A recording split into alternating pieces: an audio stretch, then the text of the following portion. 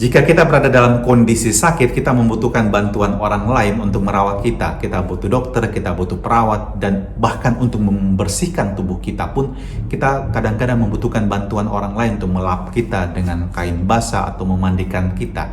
Kita butuh bantuan keluarga kita misalnya. Seorang bayi yang ngompol, dia tidak bisa menggantikan pampersnya sendiri, dia tidak bisa menggantikan popoknya sendiri, dia tidak bisa mengatakan, "Mama, ambilkan saya pampers ini, saya ganti sendiri." No, dia butuh bantuan orang lain, mama dan papanya atau siapapun untuk menggantikan pampers tersebut, dan kemudian pantatnya dicebokin supaya tidak iritasi. Jiwa kita ketika kita juga meninggal dan masih dalam kondisi belum berahmat sempurna, artinya masih ada dosa, kita nggak bisa menolong diri kita sendiri. Kita butuh bantuan orang lain. Dan di sanalah ada ajaran dalam gereja Katolik tentang api penyucian.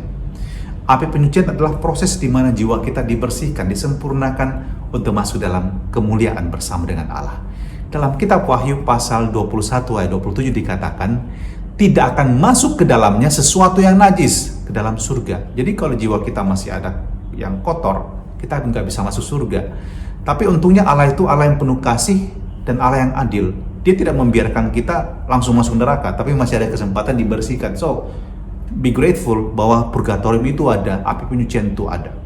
Dan kita ingat juga dalam kitab Makabe pasal 12 ayat 43 sampai 45, di sana Yudas Makabe mempersembahkan kurban penghapusan dosa untuk prajurit-prajuritnya yang kedapatan di medan perang itu meninggal dunia, dan di balik pakaian mereka ada jimat, dosa yang sangat besar.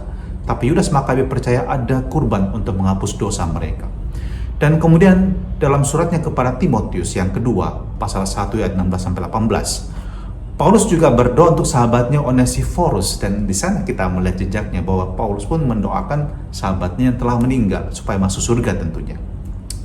Dan kita ingat, Yesus pun seperti yang dikatakan Rasul Petrus dalam suratnya, memberitakan Injil kepada roh-roh yang ada di dalam penjara, roh-roh yang belum mengenal pewartaan Injil pada zaman Musa. Mereka pun mendengarkan dari Yesus.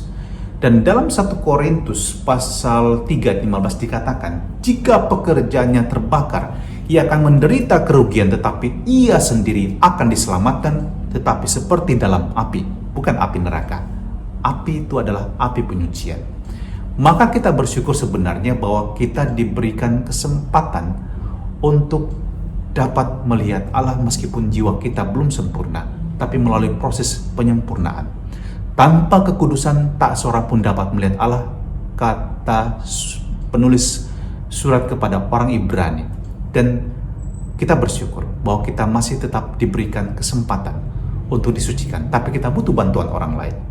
Maka di dalam api penyucian kita melihat di sana keadilan dan kasih Allah bertemu. Orang yang belum sempurna dalam rahmat masuk dalam api penyucian, dan kita yang hidup, kita bisa membantu saudara-saudara kita itu dengan doa kita. Dan kita sendiri mari mempersiapkan hidup kita dengan sebaik-baiknya agar kita pun kelak pada saatnya masuk dalam kemuliaan Allah di surga dan memandang Dia dari wajah ke wajah. Tuhan, bagi jiwa-jiwa yang telah meninggal kami berdoa, sucikanlah jiwa mereka dan persatukan dalam kemuliaan-Mu di surga. Dan kelak kami pun dapat berjumpa dengan mereka dan bersatu dalam kemuliaan-Mu dalam nama Bapa dan Putra dan Roh Kudus. Amin.